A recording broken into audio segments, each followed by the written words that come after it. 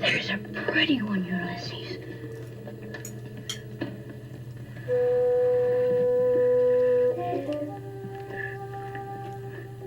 There it is. Hello, BookTube. I'm Sean Breeze Books. Welcome back to my channel and another Friday Reads. I just did about 7 minutes of this Friday Reads without the camera being turned on. Jesus Christ. It's the small things that defeat me. Anyway, it's a beautiful day in the park, as I just said, but you didn't hear it because the recorder wasn't on. I went to a bench I knew would be shaded at this time of day, and a lovely, appeared to be East Indian man with his beautiful daughter riding on his shoulders. They got to the shaded bench just before I did and plopped themselves down, and I almost didn't begrudge it at all. I kept walking and I found this one, which has even more shade, so I'm pleased about that. I've had a great reading week, and personally, no news to report. The last couple of Friday Reads have been quite newsy with stuff with Kenji, but that's settled down, and because that's settled down, I haven't been needed as much, so I have been able to do a lot more reading and video editing than I had just before. So, got lots to tell you. But I wanted to start by talking about the queer non-binary poet, Andrea Gibson, who died this week. They were 49, somewhere in America, I've forgotten exactly where, and I had never heard of them until they died, and suddenly Twitter just erupted in grief and screenshots of their poetry. And I've been really paying attention to all those posts, and in fact I borrowed a book of Andrea Gibson's poetry, You Better Be Lightning, from the library through Libby, and I'm slowly working through it. I don't want this to be the focus of the topic, but I'm not sure if the poetry's for me. I'm not a poetry reader, but I'm not sure it quite resonates for me the way it resonates for hundreds of thousands of people. Their death was reported on the CBC News website and all over the place. And like I say, social media is in mourning. How do I put this? I think the poetry is powerful. It's extremely emotionally powerful, and it's affecting me. I'm just not sure beyond that. I haven't decided. Doesn't matter. I'm going to move on from what I think of it, because I'm not quite sure what I think of it, other than it is deeply resonating for a lot of people, even those who don't read poetry. They had cancer for the last few years, and they documented their struggle with it on their Instagram account, and I think there's a documentary about them, and I don't know where I've been to miss the impact that they've had on culture in the last few years. And the fact that they were so out there with their queerness and non-binary identity has broken a lot of ground at a time in this political moment where we need those voices. So what a tragedy that they're gone.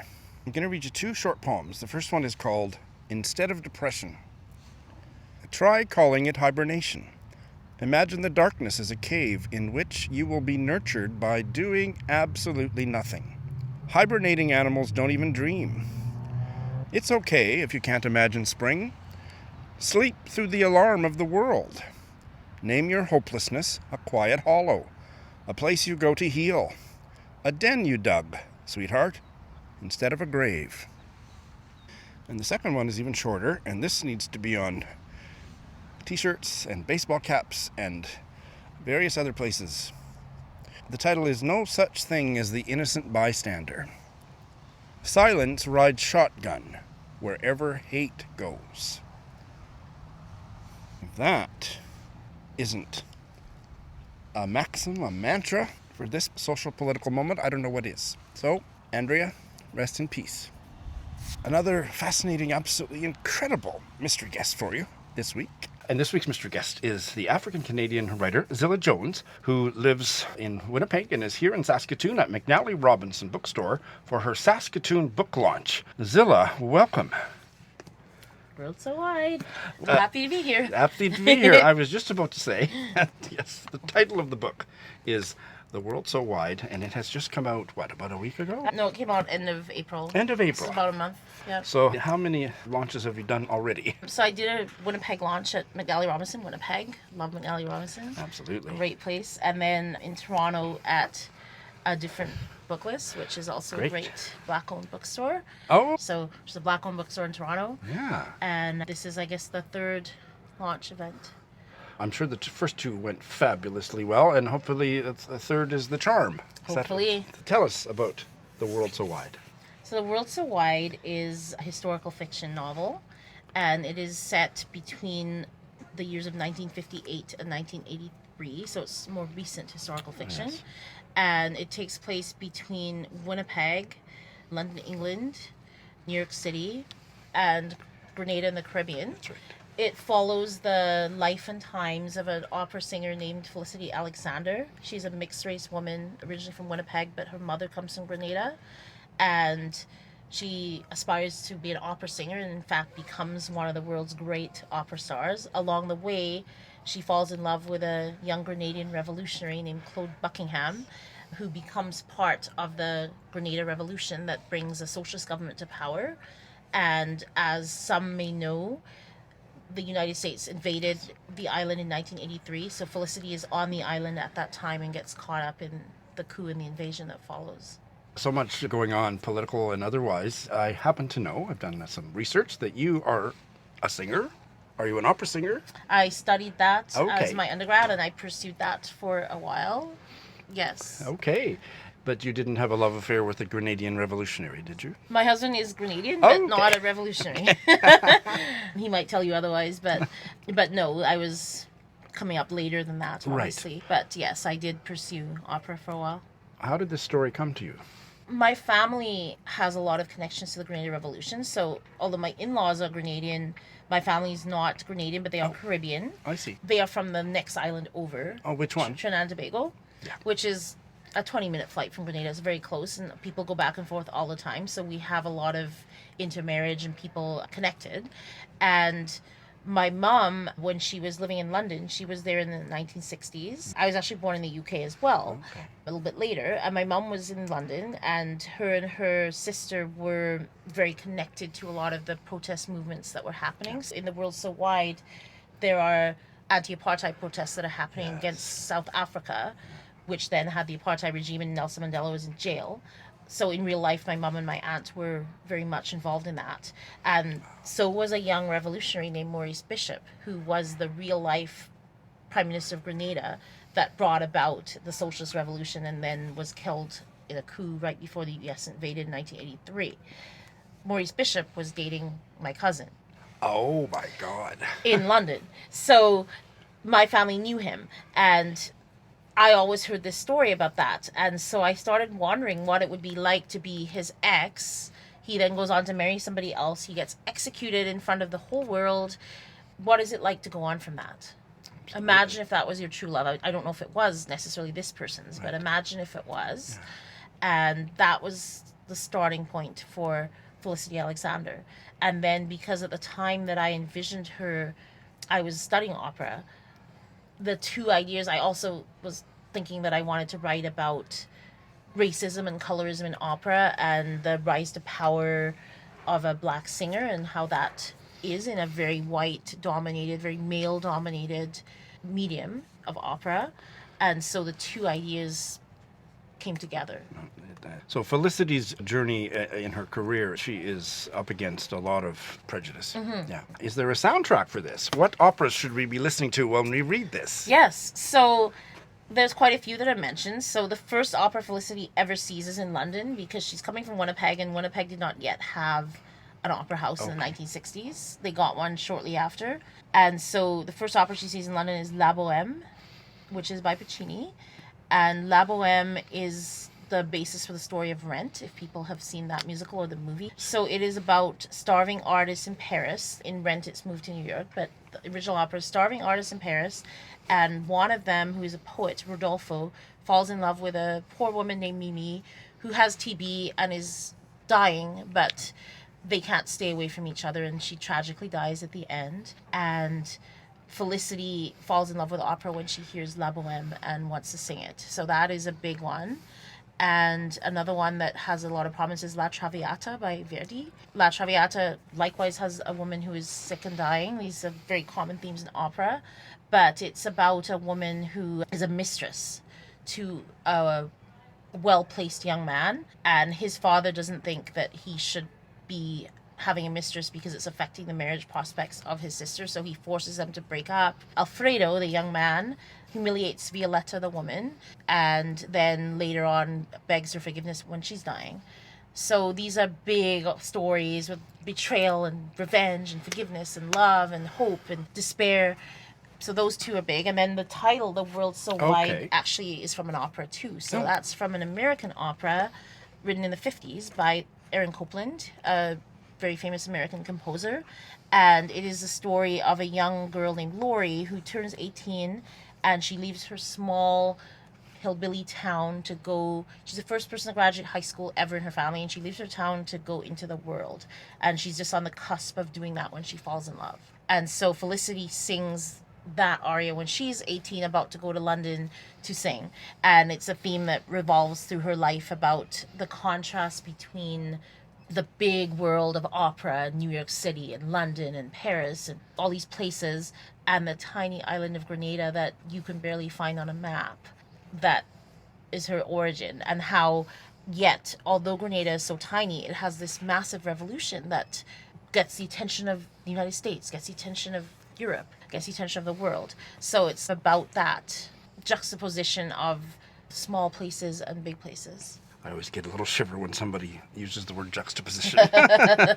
So it's not just the music of the opera that the stories resonate for Felicity. Yes, so very much it is about, on one level, how she finds herself in opera, how she takes this art form that was never meant for her, that on its face doesn't speak to her reality. And this is what the revolutionaries say. Why are you doing this white, old, classical, colonial, hierarchical, stiff, formal art form when we have a movement and a revolution that is more current, is more urgent, is more important? You're wasting your time, you're being frivolous. And so a lot of the book is her struggle to stick with what she dreams of doing and loves doing and is so passionate and good at doing, and how does she find herself in it as a Black woman? How does she find a revolution in there? How does she bring forward the changes she wants to bring forward through music rather than politics or law or some of the other things that the others are doing?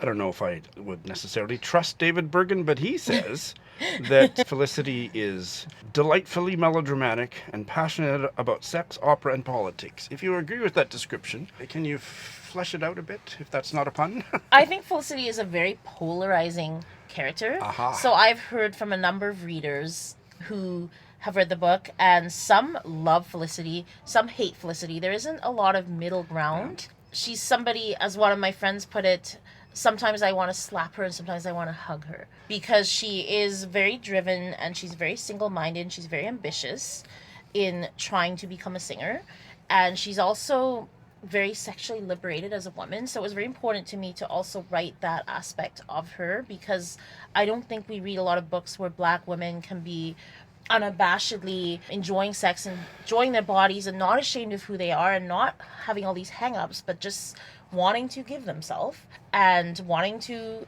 satisfy their appetites and their desires. And Felicity does that, but not always perhaps in respectable ways or appropriate ways. How fabulous. She has affairs with married people. She does not care. She does what she wants. So some people find that not attractive, and some people find her very selfish, which she can be. And she's very damaged and traumatized. She has a colonial legacy through her mom, and she and her mom don't have a good relationship. So she's always chasing love and validation. She's never felt like she has that. But then at the same time, as you said earlier, she's up against racism. She's up against sexism. She's up against the patriarchy. She's up against a very hierarchical, classist world.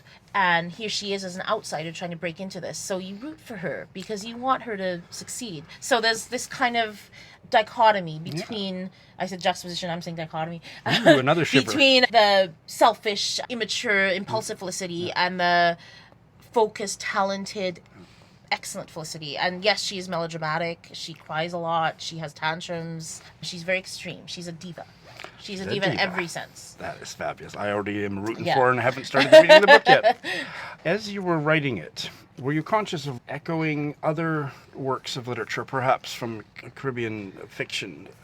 That's a really good question. I know that when I had this idea to write about the Grenada Revolution, I wasn't sure if anybody had done that. And so I went on a little bit of a hunt, and I found 2 books.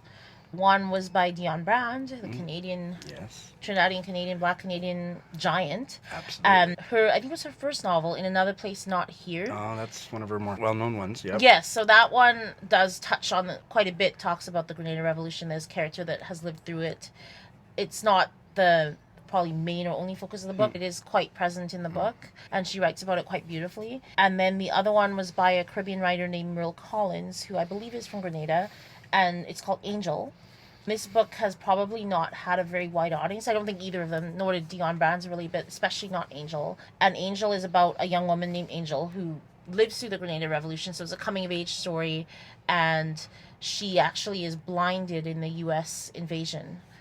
In that book, and ends up having to go to the US for rehab, so it's very ironic that they blind her and then heal her. So that's an interesting book, but it's written in patois, in the dialect, so it's probably not very accessible to non-Caribbean reader in that sense. It's very authentic. I love it. But other than those, I have not seen many people writing about this, but certainly the broader scope of diasporic Caribbean literature I'm connected to. I think Kanisha Lubrin put that in her blurb, which made me really excited, because I'm like, that's what I would like, is to be connected to this great diaspora of Caribbean writers, of which there are many.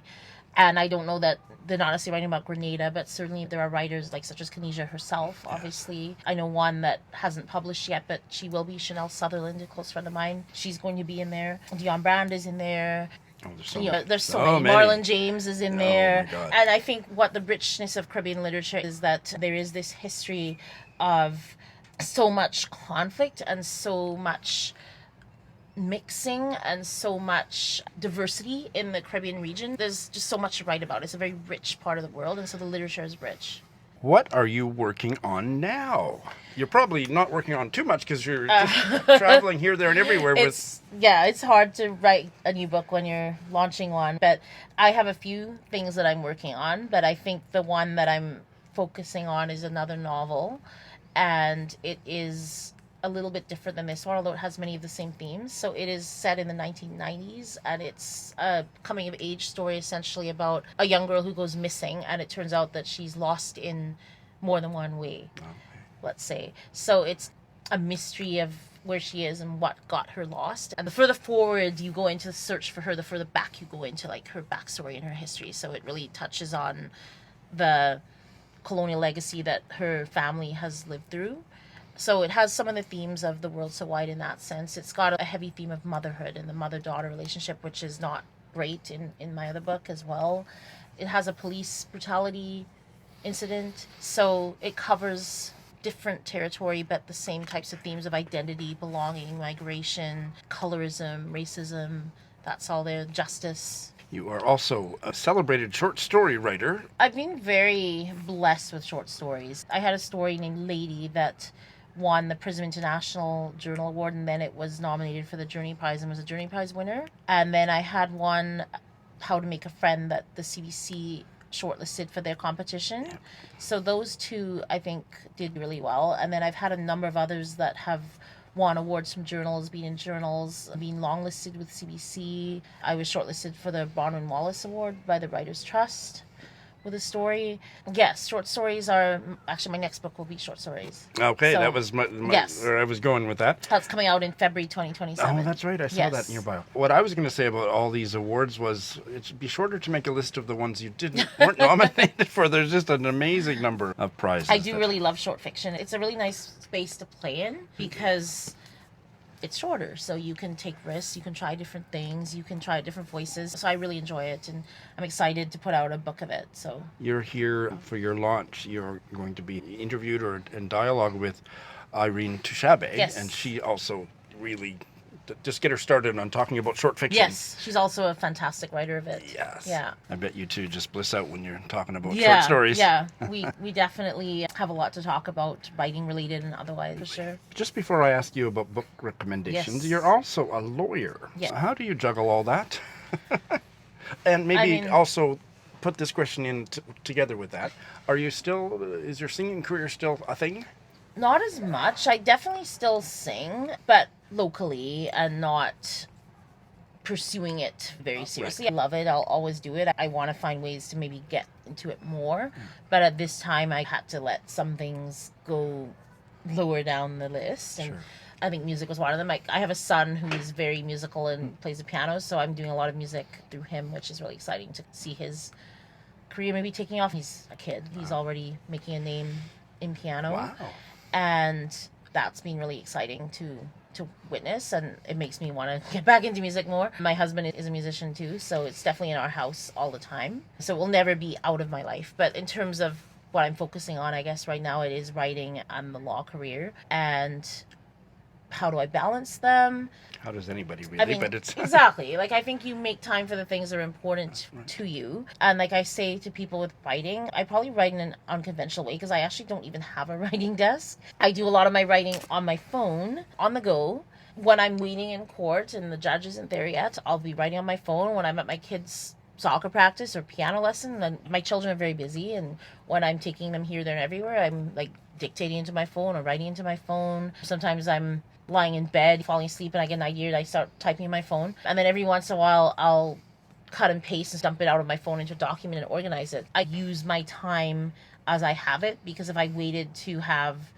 4 hours to sit at a desk and write, I would never write. So I've learned that I just need to, when I can, and then I try to have time periods where I can focus on it more. So actually this summer, what I'm really excited about is that I was selected for the Writers Trust Rising Star Award, and part of that award is a 2-week residency at Gibraltar Point in Toronto. So I was just telling Irene actually that I'm going to take every second of those 2 weeks that I'm away from my family, away from my job, and all I'm doing is writing, and I'm going to do as much as I can then, and hopefully have a lot of stuff drafted that I can then chip away at during the winter. So that's how I do it. And what have you got to recommend for us for books? So I was thinking there are so many books I could recommend, but I was trying to think of books that maybe inspired The World So Wide or resonate with it. And I love the writing of Toni Morrison.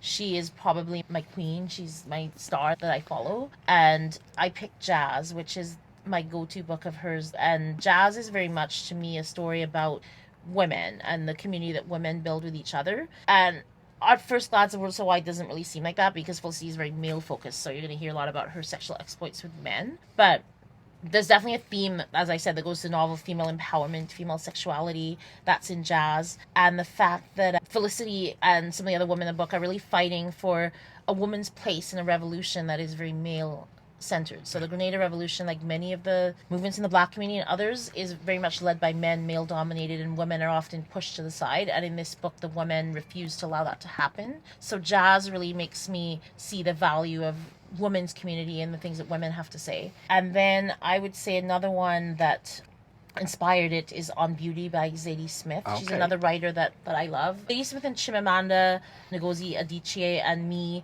up around the same generation, so I always feel like what they have to say is very relevant to my life and the people in my life. And Zadie Smith is from the UK, as I was also born there. She's also mixed race. And On Beauty is probably my favorite of her books, either that or White Teeth. But On Beauty is a coming-of-age story, and there is an element of that in The World So Wide, of Felicity coming into her power. And it's also about the clash between different classes in the Black community. So there's an upper-class family or middle-class family, and then there's a less privileged family. And what is the difference between these families? How do they come together? How do they come apart? And again, in The World So Wide, there's a lot about colorism and classism in the Black community.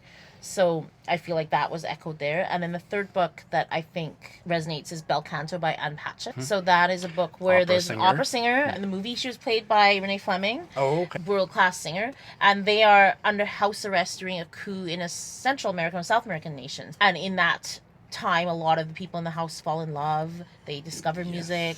They discover art. They experience tragedy. So there is definitely sections of The World So Wide where Felicity is under house arrest as well, and it's a very similar sort of setup. The book is different in the way that it unfolds, but I feel like there was a connection there as well. And I love Ann Patchett's writing. I feel that her writing is what I want mine to be. It's very accessible. You can read it and want to turn the pages and want to see what happens. It's never so literary that it discourages readers, but she also doesn't compromise on beautiful language and strong images and strong characters. So I really enjoy her work. And other works of fiction with opera singer protagonists or themes. Yeah. Willa Cather wrote a novel, so she was much earlier in the mid-20th century. A Song of the Lark, I think, is the I title. haven't read anything by Willa Cather. I probably should. I hear... She's great, but... Yeah, no, I haven't read that one. I'm trying to think if I've read any other opera singer books. I've read one... One fairly recent, about 10 Yes, years I can't remember ago. the name of it, but it was an opera singer who lost all her family in a boat accident. Oh. And was using music to heal from that to Right. move forward. But I honestly can't remember the name of that one. I don't think it was a very popular book. I think I was looking online, like other books on opera singers, and I found this one that was just a small press book, I think, from somewhere in the U.S. And I read that one. But there aren't a lot. Oh, Robertson Davies has a trilogy about an opera singer. The Not the famous one. Salterton trilogy, I think, maybe. So he has this opera singer that is from a small town in Ontario, and she goes to London and becomes a big star. And it talks about how her town almost dissociates from her because she becomes too big for them. Yeah. And it's about how this Canadian provincial country girl goes to this big city, and she's very naive when she gets there, but she eventually becomes a diva. So that kind of has some parallels to Felicity, I guess. I hope that your novel, The World So Wide, becomes incredibly famous. It sounds fascinating. I've really loved chatting with you, and I hope once I've had a chance to read it that we can have a more in-depth chat. I would love to. Yeah, great. Thank you Yeah, so thank much. you. So, I bet a bunch of you have already added this to your TBR as you were listening to Zilla Talk, and I am looking forward to getting to it myself and re-experiencing the chat while editing it. Just made me appreciate what a profound voice she brings to Canadian literature and, again, the social political morass that we are mired in. All right, so as I said, I've had lots more time this week, so I did get 2 videos edited and posted, and I'm very pleased about that. The first one was I think I do these semi-annually. I usually try to do a spring and an autumn, and I started this one this spring, but I didn't finish until it was summer. Library book vlog. And this time I got books from the public library that were on the new release shelf, so they are a little bit more mainstream literary fiction or whatever. Some of them might be commercial fiction. I usually pick really obscure stuff, backlist or whatever, that nobody, including myself, has ever heard of. Now, a lot of these I hadn't heard of, but that's because I don't really pay attention to what's going on in the mainstream book world. And I had a lot of fun reading the first chapter or the first 10, 20 pages or whatever, and then checking in. So that video is there, and I really picked a good bunch. I loved and was deeply interested in almost all of them. And the second one is the latest installment in what has now definitely become an occasional series. I've always described Zooming In as an occasional series, but I was putting them out sometimes 1 or 2 a week, but those days are done, or at least for the time being. But this is the first one in a while, and this is with Bob the Booker.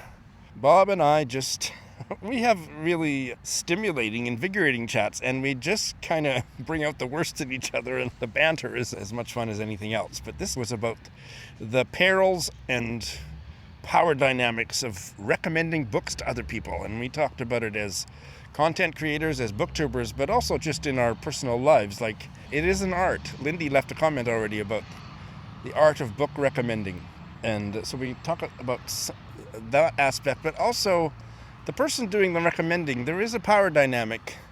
I think you should read this book, and then it leaves an obligation on the person being recommended to, and I wouldn't go too far with that. This is not a life or death psychological issue, interpersonal issue to be dealt with. The article we bounced off was quite whimsical, but raised a lot of interesting points, and we had a lot of fun talking about it, and then a spontaneous collaboration arose, so you'll have to check that out. That was lovely. All right, I have finished one book on audio, and that's all I finished. Oh, for God's sakes. I just dropped my water bottle, which is going to F me up completely. I have to stand up. Don't you blow over. My water bottle fell off the bench, and I'm not really good at bending down, picking stuff up off the ground. It's in the bushes. The gopher's going to get it. All right, none the worse for wear. I've got 1 or 2 to check in on, preliminary or whatever, and then I'm going to start 2. I'll save the book that I finished till the end, but I'm ready to do a preliminary check-in on this Indian novel. It was published in 1991. A Strange and Sublime Address by Amit Chaudhuri. I think I'm settled on address as the pronunciation. I tried to carry on about all that last week. This is a buddy read with Joe Smith, and we have read and checked in on the first half. So I'll be finished it next week. And this is not an ugly cover, but what a disappointing cover from NYRB, because they usually have great covers. And I'll put up a cover I found. I'm going to get rid of this NYRB set because I like the one that's probably have to buy it secondhand or whatever, but has a lovely cover. Here's one. I don't know where it's, what publisher or whatever, but I saw it on Goodreads. Oh, I want that one. But anyway, it doesn't matter too much. This is gorgeous. This is one of those quiet, atmospheric books where very little happens, at least not in the first half. It reads as if it's autobiographical, but the boy is Sandeep, not Amit. But he and his mother live in Bombay. It's called in this book Mumbai more recently, and they're going to visit family. I believe it's the mother's brother who lives in Calcutta.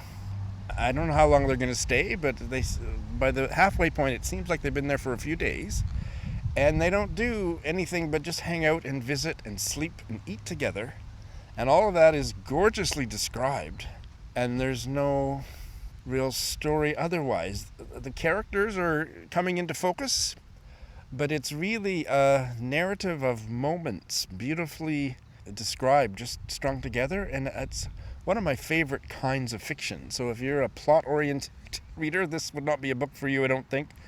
But if you like those works of fiction that are an assemblage of small moments stitched together, that's what this is. And one of the sentences is going to be my Sunday sentence, so you can stay tuned for that. And there are just incredible descriptions of the food they eat and the pigeons that live on the roof, the relatives that this boy, I don't know how old he is, 9 or 10 or 11, Sandeep, the family they're visiting, the aunt and uncle, they live like, I think on the 3rd or 4th floor, and I feel like the steps up to their apartment are a main character. They're so richly described. That's what I'm trying to communicate, is that everything just feels alive and part of the story. There is a passage that it's almost Amit Chaudhuri's philosophy of storytelling. He's talking about the neighborhood. They go out for a walk in Calcutta, which of course is now known as Kolkata, if I'm pronouncing the new name correctly. And he's looking at the houses. And so just listen to this passage. But why did these houses, for instance, that one with the tall, ornate iron gates, and a watchman dozing on a stool, which gave the impression that the family had valuables locked away inside? Or that other one, with the small porch and the painted door, which gave the impression that whenever there was a feast or a wedding, all the relatives would be invited, and there would be so many relatives that some of them, probably the young men and women, would be sitting bunched together on the cramped porch because there would be no more space inside, talking eloquently about something that didn't really require eloquence, laughing uproariously at a joke that wasn't really very funny. Or this next house, with an old man relaxing in his easy chair on the veranda, fanning himself with a local Sunday newspaper. Or this small shabby house with the girl Sandeep glimpsed through a window, sitting in a bare, ill-furnished room, memorizing a text by candlelight, repeating suffixes and prefixes from a Bengali grammar over and over to herself. Why did these houses seem to suggest that an infinitely interesting story might be woven around them? And yet the story would never be a satisfying one, because the writer, like Sandeep, would be too caught up in jotting down the irrelevances and digressions that make up lives and the life of a city, rather than a good story, till the reader would shout, "Come to the point!" And there would be no point, except the girl memorizing the rules of grammar, the old man in the easy chair fanning himself, and the house with the small empty porch that was crowded, paradoxically, with many memories and possibilities. The real story, with its beginning, middle, and conclusion, would never be told, because it did not exist. And that feels like a gorgeous manifesto for what is, at the halfway part, a sublime and not so strange way of entrancing this particular reader, and Joe as well. Just really quite striking. When I was reading that, I dropped my freaking water bottle again. I've never done that during a Friday Reads, and I've done it twice. I think this particular bench is slanted this way. At least this one I can reach without. All right. So that is starting out wondrously. Oh, but I should say, I'm still reserving judgment about whether this guy, Amit Chaudhuri, he writes gorgeous similes. And I think there might be a little bit too many of them. I don't find any one of them overly done or not beautiful. But I just think there's a little bit, like there's sometimes 3 on a page that are similes, like using like or as, and I just feel that's a little bit overcrowded. But it's such a small thing that I've pretty much talked myself out of considering it a flaw, but I don't remember reading anything recently that had quite so many similes in it. So, just note that in passing. Editing Sean here. Well, I completely forgot to check in on one book, and now, considering the length of this Friday Reads, I'm just going to give you a minute about it, and that is Sharon Butala's new memoir, coming out in September, called How to Breathe Water. This is a buddy read between Heidi of My Reading Life and myself, and we have read the first 2 big sections, not very many pages of the book, but the first 2 sections, and are both really enjoying it, and that's all I'm going to say for now, because I'm not going to expand this Friday Reads any further. I'll give you a more fulsome check-in next Friday. I am not really ready to check in on Standing Heavy by Gauz, translated from the French by Frank Wynne, other than to say I'm 12 pages in and it's holding my interest deeply, but I'll say more about that another time. Because I've cleared some stuff away and feel a sense of, I don't know if momentum's the right word, but just maybe capaciousness, I can take on more reading, or I can get more reading done, then I'm starting to fold some of those books that have been sitting on my current reads that I haven't touched in months, like literally months, maybe a year. I'd have to go back and check. But one of them, and I'm going to tell you about a short story that I read in this one, is Animal Person by Alexander MacLeod. Lindy gave me this book with a lovely, she always puts these little notes, very personal notes about why she gave it to me, which are talk about the art of book recommending. And this went on the back burner for no other reason other than that I just was so overcommitted with current commitments that lots of those books ended up back there. Some of them I have put on hold, and I've got a whole Goodreads shelf where the books are on hold. This one, I didn't want it to go there, but I finally this week picked it up again, and I read, I don't know if it's the 2nd or 3rd story. It's called The Dead Want, and it is one of the most incredible stories I've read this year. Now, to be fair, I don't remember that I've read very many short stories this year, but this one just knocked my socks off. So let me tell you about it. The family, I believe they live in Ontario, but the dad, at least, I think the mother too, were from Nova Scotia. And they get a call that the dad's niece, about 20 years old, 18 years old, something like that, was killed in a terrible ATV accident, all-terrain vehicle accident. She was riding on the back with her boyfriend. Nobody had decided whether he might be a bad influence or a bad boyfriend or whatever. It was early days, but people were apprehensive about him. But she got thrown off of the back of it into a tree and died.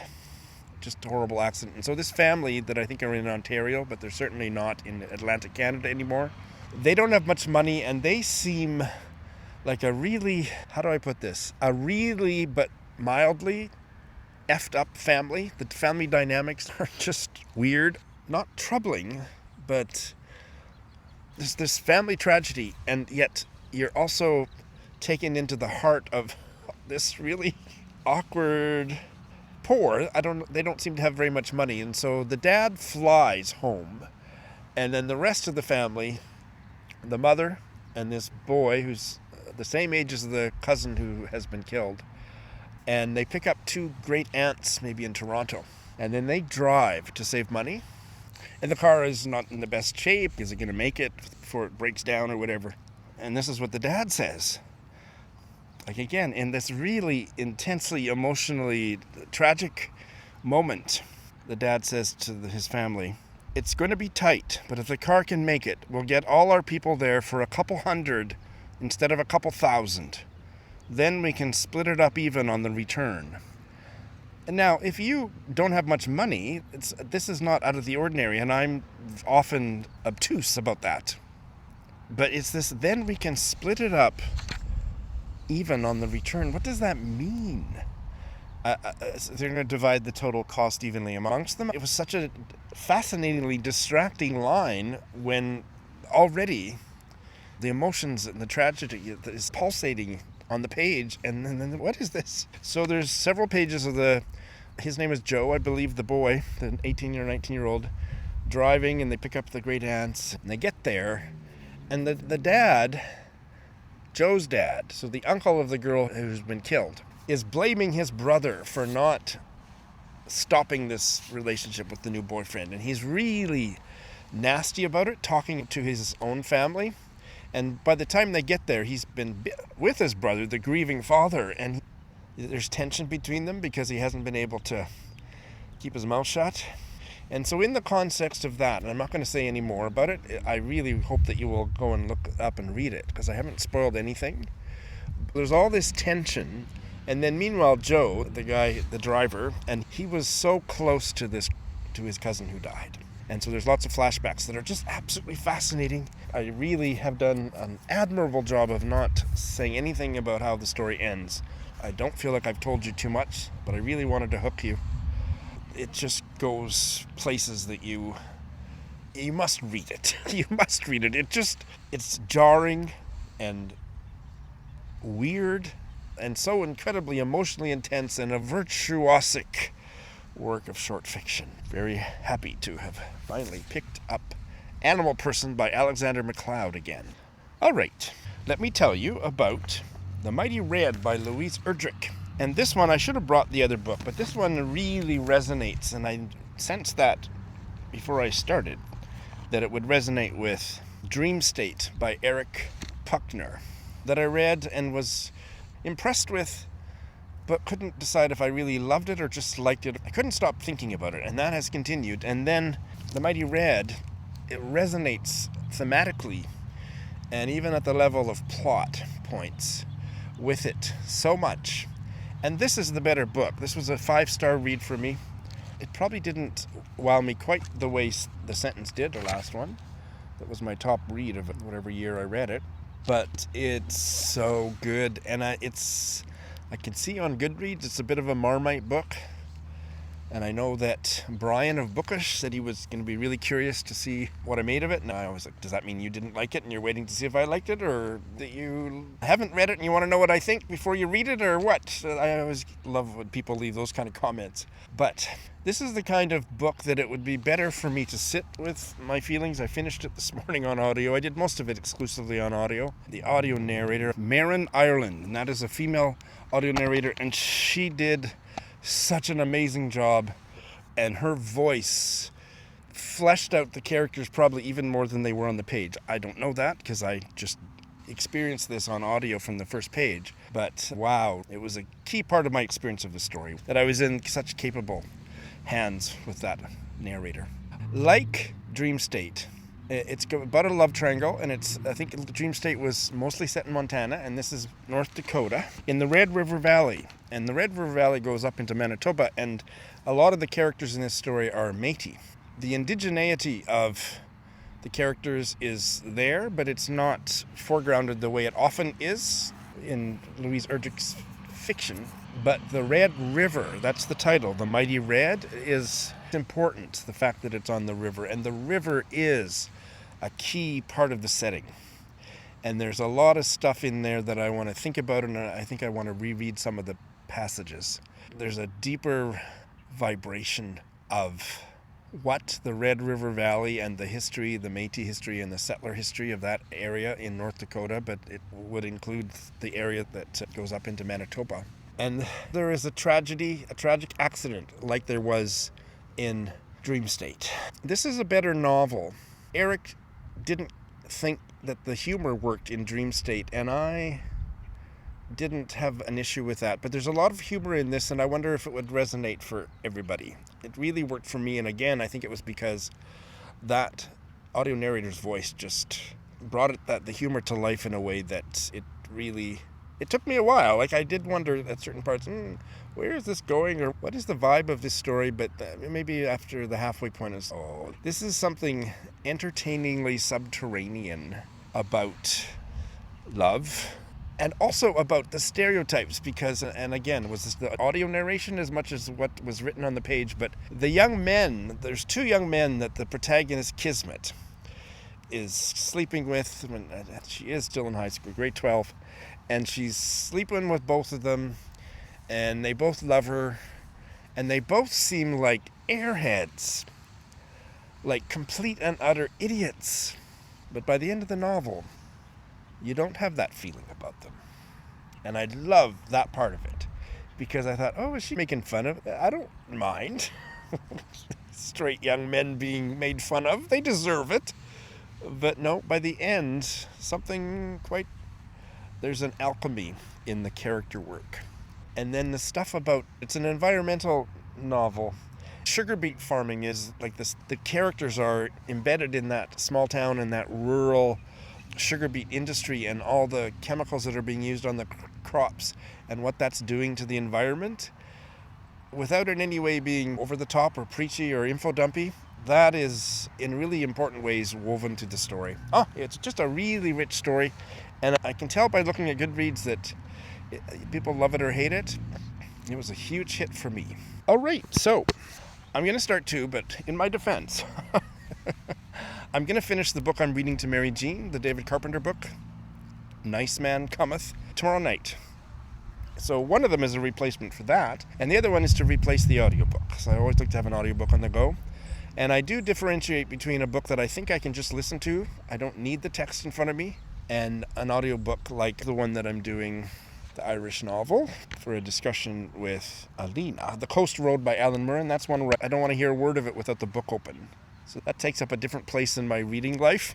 But I'm going to start one that I think I can just do it on audio, and I don't have the text. The next one I'm going to read to Mary Jean is from a really enigmatic mystery guest from about more than a year ago. This is called Crooked Teeth, a queer Syrian refugee memoir by Danny Ramadan, who was my mystery guest. I'll put a link to that. It was just a wonderful conversation, and this was just launching at that time, and Mary Jean said, yes, I'm in, I want to hear it, so I'm going to read it to her. And I think the subtitle speaks for itself, a queer Syrian refugee memoir, and then I look forward to having Danny back. I read his most recent novel, The Foghorn Echoes, and really liked it. So I'm expecting that this is going to go well. And then on audio, I rejoined Scribd, now known as, Evermore? Everbut? Everand. I never use it. It's expensive, so I should use it. So I'm going to do an audiobook there. And it is an African novel that I've been seeing mostly positive references to, reviews of recently, and it was on, I think, my most anticipated releases last year. These Letters End in Tears by Musih, Tedji, Xaviere. It's set in Cameroon, and it's about a lesbian relationship. And I've read 2 or 3 Cameroonian novels that I really enjoyed. So I'm going to start it in the coming days. It's been an amazingly literary week, and I hope yours has been too, and thank you very much for your attention.